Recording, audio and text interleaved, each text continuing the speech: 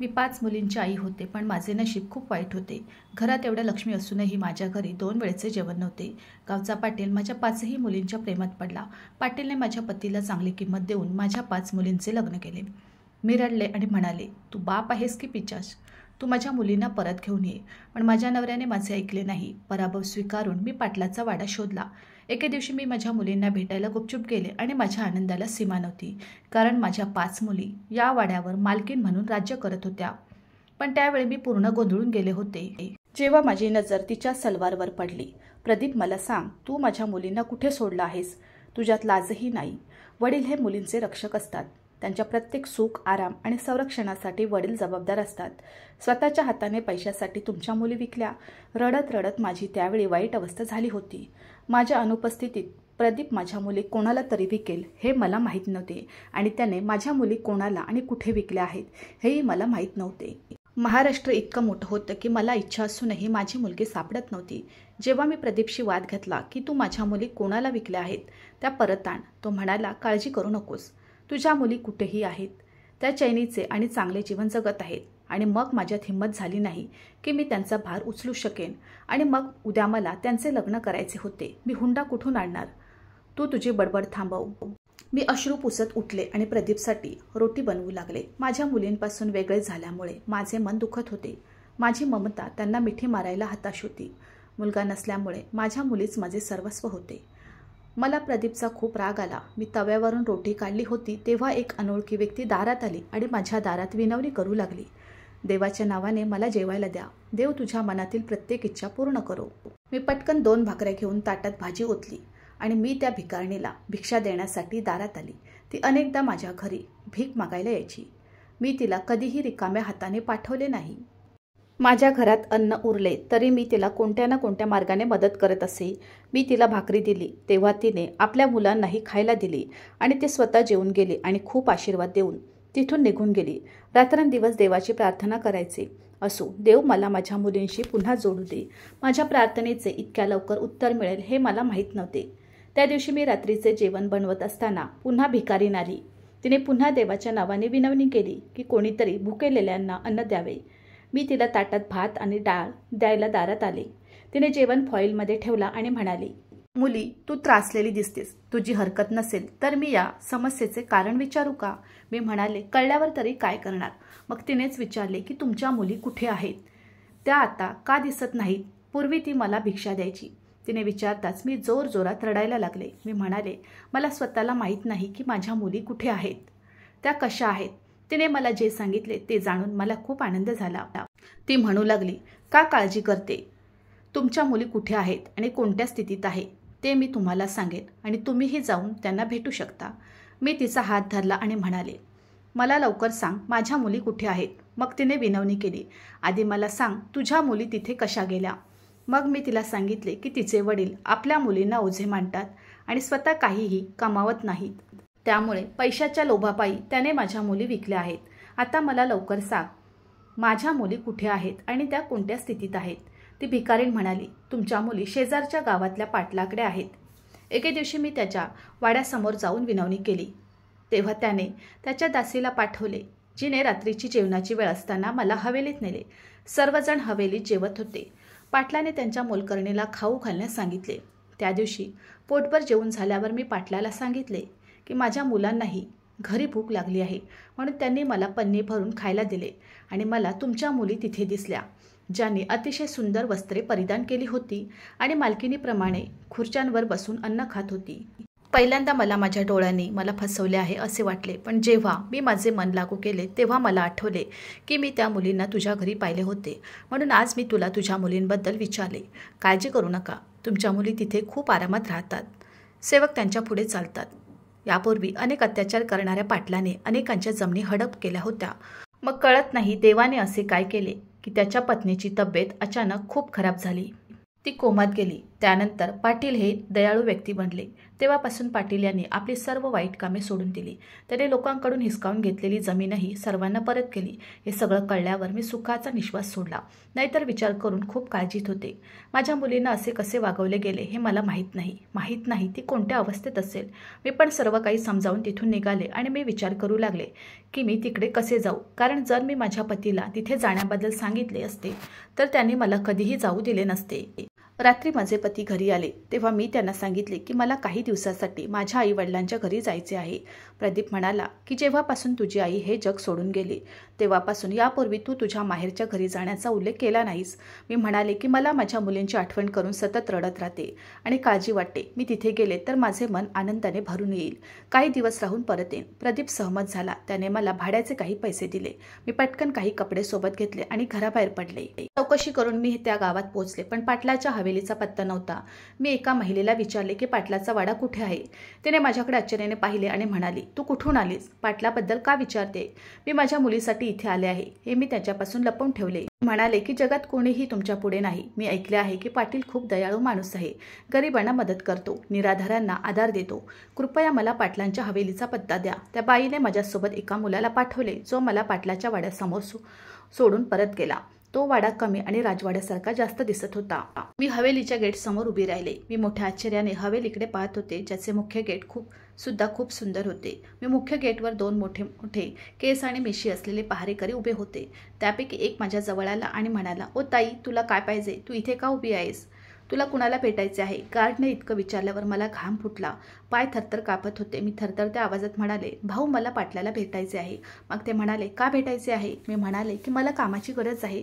मी चांगले जेवण बनवू शकते आणि घरातील सर्व कामे देखील करू शकते. तर गार्ड म्हणाला, पाटील साहेब कुठेतरी कामासाठी गेले आहेत. तुम्ही दुसऱ्या वेळी या. मी लांबून आले म्हटल्यावर रक्षक म्हणाला, ठीक आहे, तू आत ये. तो मला आत घेऊन म्हणाला, तू इथे अंगणात बस. पाटील साहेब आल्यावर मी तुला भेटायला लावतो. इथेच बसून राहा. आत जाण्याचा प्रयत्नही करू नका, नाहीतर तुमचे भले होणार नाही. कारण पाटलाच्या परवानगीशिवाय आत कोणीही जाऊ शकत नाही. मी होकार दिला आणि गार्ड तिथून निघून गेला. मी मोठा श्वास सोडला आणि पाटील येण्याची वाट पाहू लागले. हवेलीच्या आतील भागासमोर जे अंगण होते, माझी नजर हवेलीच्या आतल्या भागाकडे वारंवार पाहत होती आणि मी मनातल्या मनात प्रार्थना करत होते की मला माझ्या एका मुलीला दिसावे असे मला वाटते. पण मला तिथे कोणीही येताना किंवा जाताना दिसले नाही. माझ्या मुलीला सोडा 3 तास वाट पाहिल्यावर मला गाडीचा आवाज आला आणि मी पटकन उभी राहिले. गाडीचा आवाज येताच गार्डने पटकन गेट उघडले. गेट उघडताच एक चकचकीत लाल रंगाची कार गेटमधून आत आली. गाडीच्या मागून 2 गार्ड बाहेर आले आणि त्यांनी पटकन गाडीचा दरवाजा उघडला. तेव्हा पाटील गाडीतून बाहेर आले आणि आत गेले. पाटीलच्या मागे मी आत जाऊ लागले. तेव्हा गार्डने मला थांबवले आणि म्हणाला, तुम्ही इथे थांबा. मी पाटील साहेब यांची परवानगी घेतो. त्यानंतर तुम्ही आत जाऊ शकता. मग मी तिथे बसले आणि गार्ड परत येण्याची वाट पाहू लागले. काही वेळाने गार्ड परत आला आणि मला आत जायला सांगितले. माझे कपडे असलेली पिशवी मी घेतली आणि आत निघाले. आत जाण्यापूर्वी माझ्या मुलीने मला ओळखू नये म्हणून मी मोठा बुरका काढला होता. माझ्या मुली कोणत्या स्थितीत आहेत ते मला पाहू दे. आत शिरले तेव्हा भीतीने माझी दुरावस्था झाली होती. पाटील समोरच्या सोप्यावर पाय ओलांडून बसले होते. मी निघाल्याबरोबर पाटलांच्या पायाला स्पर्श केला आणि पाटील मला आशीर्वाद देत म्हणाले, ताई, मला सांगा, मी तुम्हाला कशी मदत करू? म्हणाले, साहेब, मला कामाची गरज आहे. मग त्याने विचारले, तू कुठून आलीस? तर मी म्हणाले, मी शेजारच्या गावातून आली आहे. या जगात माझे कोणीच नाही. पूर्वी मी माझ्या गावात कोणाच्या तरी घरी काम करायचे. ते गाव सोडून शहरात गेले. माझ्याकडे काही काम नव्हते म्हणून कोणीतरी मला तुमच्याबद्दल सांगितले. तुला इथे नक्की काम मिळेल. साहेब, मी घरातील सर्व कामे करते आणि खूप चांगले जेवण बनवते. तुम्ही मला कामावर घेतल्यास खूप उपकार होतील. थोडा विचार केल्यावर पाटील म्हणाला, माझ्या हवेलीत आधीच खूप नोकर आहेत.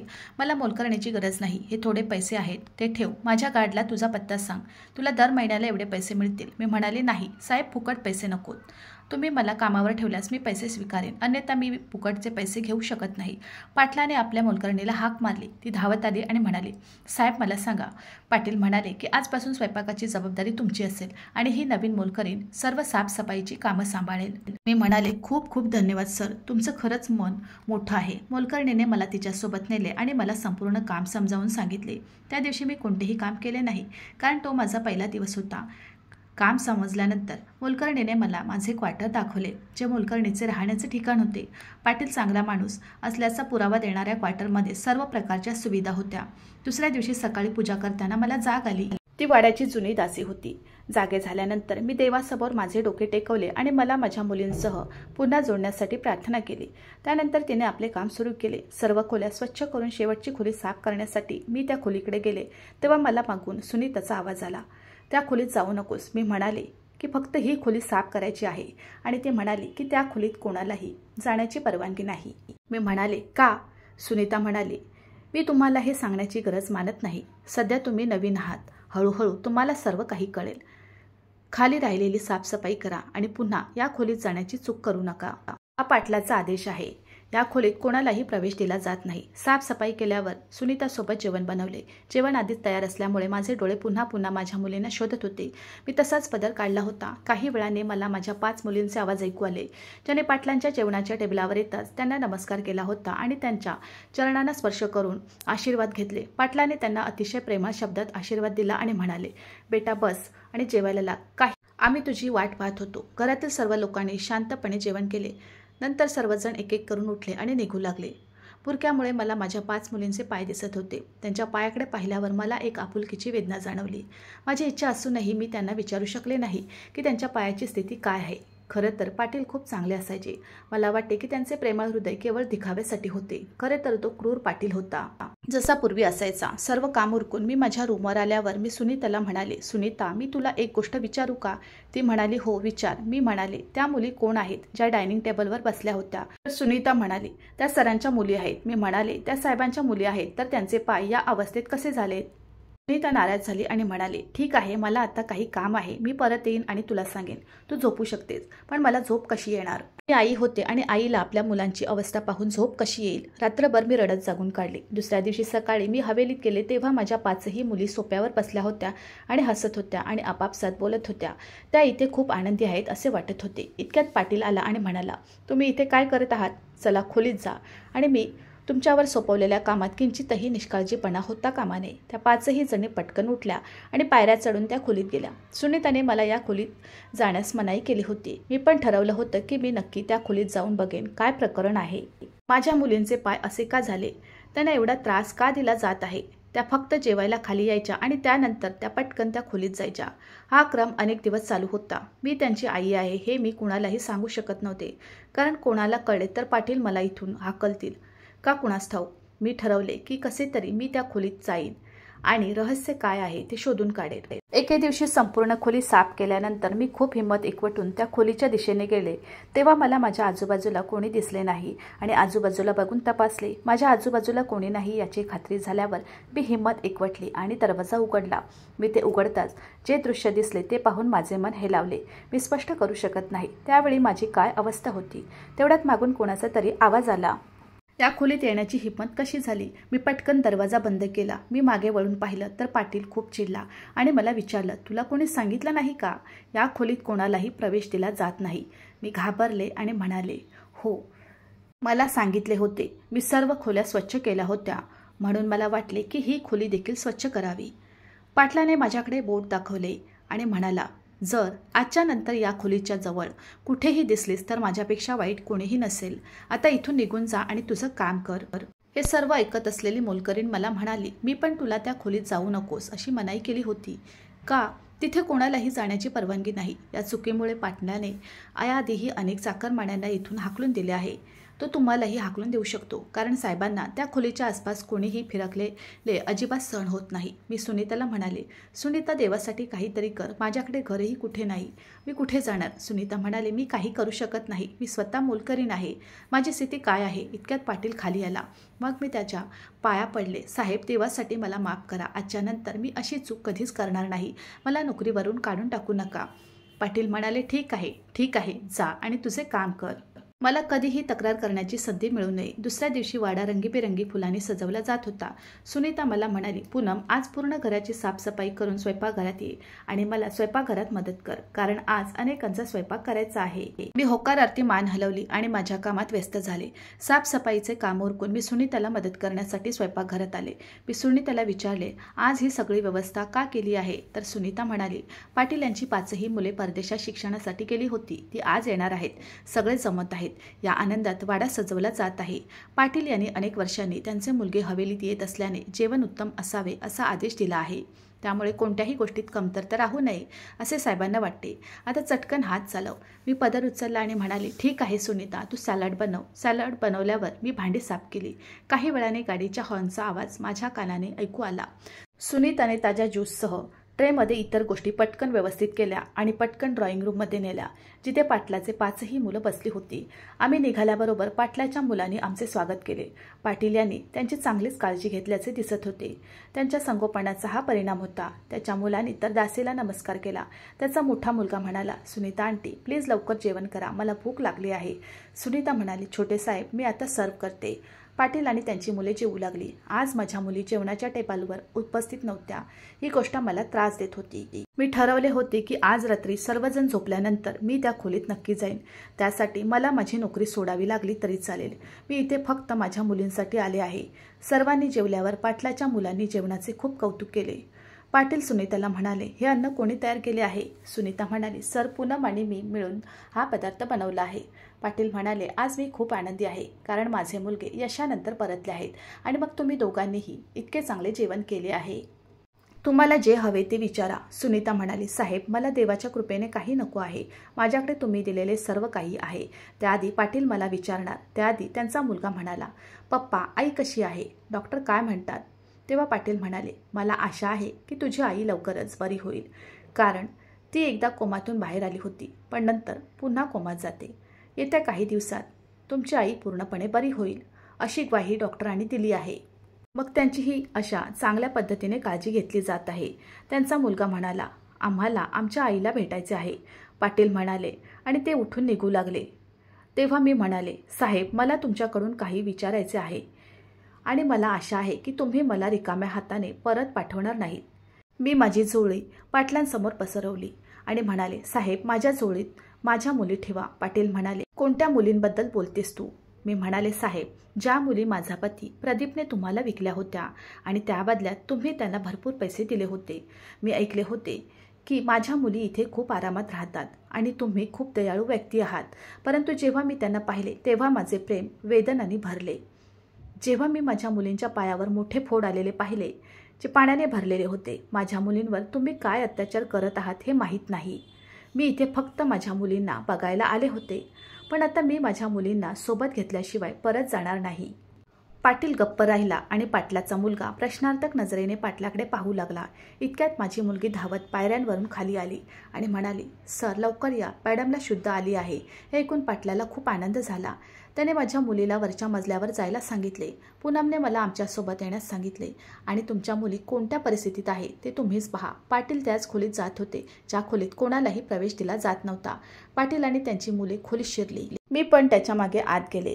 त्या दिवशी मी गुपचूप त्या खोलीचा दरवाजा उघडला तेव्हा मला यंत्रसामुग्रीशिवाय काहीच दिसले नाही. रुग्णालयातील रुग्णांसाठी जी यंत्रसामुग्री वापरली जाते. मी खोलीच्या दुसऱ्या बाजूला पाहिलं तेव्हा माझ्या मुली सोप्यावर अगदी आरामात बसल्या होत्या. हे पाहून मला आश्चर्य वाटले. त्याने सुंदर कपडे घातले होते आणि जणू त्या या हवेलीचाच भाग आहे असे दिसत होते. जगातील सर्व काही त्यांच्यासमोर पडून होते. मी घुंगट जरा उचलला आणि माझ्या मुलींकडे पाहिले. त्यांच्या पायावर फोड आले होते. तो एकदम बरा होता. माझ्या 5 मुली सोप्यावरून उठल्या आणि पाटलाच्या बायकोभोवती जमल्या. पाटलाची पत्नी शुद्धीवर आल्याने पाटील आणि त्यांचे मुलगे खूप आनंदित झाले आणि त्यांनी डॉक्टरांना विचारले, डॉक्टर साहेब, आता माझी पत्नी धोक्यातून बाहेर आहे का? डॉक्टर म्हणाले, नक्कीच, आता तुमची पत्नी पूर्णपणे बरी आहे. तेव्हा पाटील म्हणाले, हे सर्व त्या मुलींमुळे शक्य झाले आहे, जे तिच्या डोक्यावर रात्रंदिवस पहारा देत असत. माझ्या बायकोला शुद्धीवर येताच मुलींनी पटकन तुम्हाला फोन केला. डॉक्टर म्हणाले, ठीक आहे, आता मला परवानगी द्या. मी काही औषधे लिहून देत आहे, जी त्यांना काळजीपूर्वक द्यावी लागतील. यामध्ये अजिबात निष्काळजीपणा नसावा. माझी मुलगी डॉक्टरांची बॅग उचलायला आणि त्याला बाहेर सोडायला गेली होती. मी घुंगट उचलला तेव्हा समोर पाहून माझी मुलगी थक्क झाली. त्यांनी सर्वांनी मिळून मला मिठी मारली आणि रडू लागल्या. पाटलाने अतिशय प्रेमळ नजरेने तिच्या दिशेने हात ठेवला आणि म्हणाला, पूनम, आम्ही तिच्यावर काय अन्याय केला हे तू तिला विचारू शकतेस. तर मुली म्हणाल्या, आई, नाही, या लोकांनी आमच्यावर कोणताही गुन्हा केलेला नाही. उलट आम्ही येथे खूप आरामात आहोत. आम्ही शिक्षण घेतोय आणि आम्ही 5ही जणी या खोलीत आहोत. फक्त या मावशीची काळजी घेण्यासाठी एक झोपते आणि एक जागी असते. असंच आम्ही मावशीची काळजी घेत फिरतो. आमचा यात फारसा व्यवसाय नाही आणि या खोलीत आपल्याला जगातील सर्व काही मिळते. आम्हाला कुठेही जाण्याची गरज नाही. आम्ही 5ही मुली शिकत आहोत आणि हे सर्व शक्य झाले ते पाटील साहेबांमुळे. सर आमच्यावर मुलींसारखे प्रेम करतात आणि आम्ही या वाड्यावर मालकिणीसारखे राज्य करत आहोत. मी म्हणाले, तुझ्या पायावर पाण्याचे फोड कसे होते?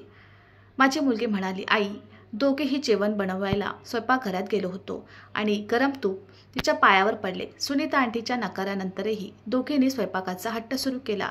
तिच्या जिद्दीमुळे तिला हा त्रास सहन करावा लागला. आई आम्ही इथे किती आनंदी आहोत याची तू कल्पनाही करू शकत नाहीस. ही देवाची कृपा आहे की पप्पांनी आम्हाला पाटील साहेबांना विकले आहे. जर तुम्ही आम्हाला दुसऱ्याला विकले असते तर आज तुमच्या मुली कुठे असत्या आणि त्या कोणत्या परिस्थितीत असत्या हे मला माहीत नाही. आपल्या मुली जिवंत आहेत की मेल्या याची चौकशी करण्यासाठी पप्पा फिरकलेही नाहीत. ही माणसं त्यांच्यापेक्षा चांगली आहेत, ज्यांनी अनोळखी असूनही आम्हाला इतकं प्रेम दिलं. मी म्हणाले, पण तुम्ही फक्त याच खोलीत का राहता? तेव्हा माझ्या मुली म्हणाल्या, आई मी तुला फक्त पाटलांच्या बायकोची काळजी घेतो असे सांगितले आणि त्यांची जबाबदारी घेतली आहे. म्हणूनच आम्ही या खोलीतून फक्त अन्न खाण्यासाठी बाहेर पडतो. पाटील साहेबांनी माझ्या मुलींना त्यांच्याकडे बोलावले आणि सांगितले की आज तुमच्या लोकांमुळे माझी पत्नी पूर्णपणे बरी आहे. मी आयुष्यभर तुमची परतफेड करू शकत नाही. तुम्ही लोकांनी माझ्या बायकोची खूप काळजी घेतली. माझी पत्नी कोमात गेली होती, पण तिचे डोळे उघडल्यानंतर तिला पहिली गोष्ट दिसली की तुम्ही 5 जणी. पाटलांची पत्नी म्हणाली, मला तुम्ही 5ही जणी माझ्या अवतीभोवती जाणवत होते. त्यावेळी पाटील कुठल्या तरी खोल विचारात बुडालेले दिसत होते. म्हणाले, साहेब तुम्ही कोणत्या विचारात गुंतला आहात? तर पाटील म्हणाले, मी काहीतरी विचार करतोय, पण मला कळत नाही की मी काय विचार करतोय. हे शक्य आहे की नाही? पाटलाचा मुलगा म्हणाला, आता वडील काय विचार करत आहेत तेही कळू द्या. तेव्हा पाटील म्हणाले, तुम्ही 5 जणांचा काही आक्षेप नसेल तर या 5 बहिणींचे लग्न होईल. मला तुमच्या 5ही जणांकडून ते पूर्ण करायचे आहे. त्याचे 5ही मुलगे म्हणाले, बाबा आमचा यावर काही आक्षेप नाही. तुम्ही आमचे वडील आहात आणि आमच्यासाठी जो काही निर्णय घ्याल तो आम्ही मान्य करू. पाटील म्हणाले, पूनम तूच सांग तुला काय हवंय? तुम्हाला तुमच्या मुली त्या क्रूर माणसाकडे परत घ्यायच्या आहेत का, जो त्यांना दुसऱ्याला विकू शकेल? पूनम बहीण तुमचा विश्वास असो वा नसो, मी माझ्या 5ही सुनांना तुमच्यासोबत कधीही जाऊ देणार नाही. मी आत्ताच त्यांचे लग्न माझ्या मुलांशी करून देईन, कारण या घरासाठी आम्हाला तुमच्या मुलींशिवाय चांगले कोणी सापडणार नाही. पाटीलांनी त्या क्षणी पंडितजींना बोलावून त्यांना माझ्या मुलींची भेट घडवून आणली. हे माहीत असूनही त्यांची मुले परदेशात शिक्षण घेऊन परत आली होती. पाटीलही माझ्या मुलींना घरी शिकवले होते आणि लग्नानंतर माझ्या मुली मला मिठी मारून खूप रडत होत्या. मी त्यांना म्हणाले की रडू नका, तुम्ही लोक खुश राहा. तुम्हा लोकांना असे चांगले सासर मिळाले आहे जे तुम्हाला तुमच्या आईवडिलांची जाण उणीव भासू देणार नाही. माझा तुम्हाला एकच सल्ला आहे की साहेब आणि त्यांच्या पत्नीचा आदर करा आणि त्यांची सेवा करा आणि त्यांच्या मुलांच्या पायाची धूळ ठेवा, कारण त्यांनीच तुम्हाला साथ दिली आहे. पाटील आणि त्यांच्या पत्नीची परवानगी घेतली. मी कधीतरी येऊन माझ्या मुलींना भेटू शकते का? पाटील साहेब म्हणाले, पूनम बहीण का नाही, हे तुमचे स्वतःचे घर आहे. जेव्हा तुम्हाला वाटेल तेव्हा तुम्ही तुमच्या मुलींना भेटू शकता. सर्वांची परवानगी घेऊन मी आपल्या मुलींना खूप आशीर्वाद देत गावाकडे निघाली. माझ्या मुलींनी शांती आणि समाधानाने आनंदी जीवन जगावे अशी माझी इच्छा आहे. देवाने माझ्या मुलींचे नशीब चांगलेच लिहिले होते, पण माझा नवरा अजिबात चांगला नव्हता. पण तो दुसरीकडे कुठेतरी राहिला असता तर आज माझ्या मुलींचे काय झाले असते कुणास ठाऊक. तुम्हीच सांगा, वडिलांचे स्वतःच्या मुलांचे शत्रू असलेल्या बापाचे काय करावे? मित्रांनो, मला आशा आहे की तुम्हाला आमची कथा आवडली असेल. कथा आवडली असेल तर व्हिडिओला लाईक करा. चॅनलवर नवीन असाल तर चॅनलला सबस्क्राईब करा आणि हो, नोटिफिकेशन बटन दाबा, जेणेकरून तुम्हाला पुढील अपडेट सर्वात आधी मिळतील. तुमचा मौल्यवान वेळ कथा ऐकण्यासाठी दिल्याबद्दल धन्यवाद. पुन्हा भेटू अशाच एका नवीन कथेसोबत.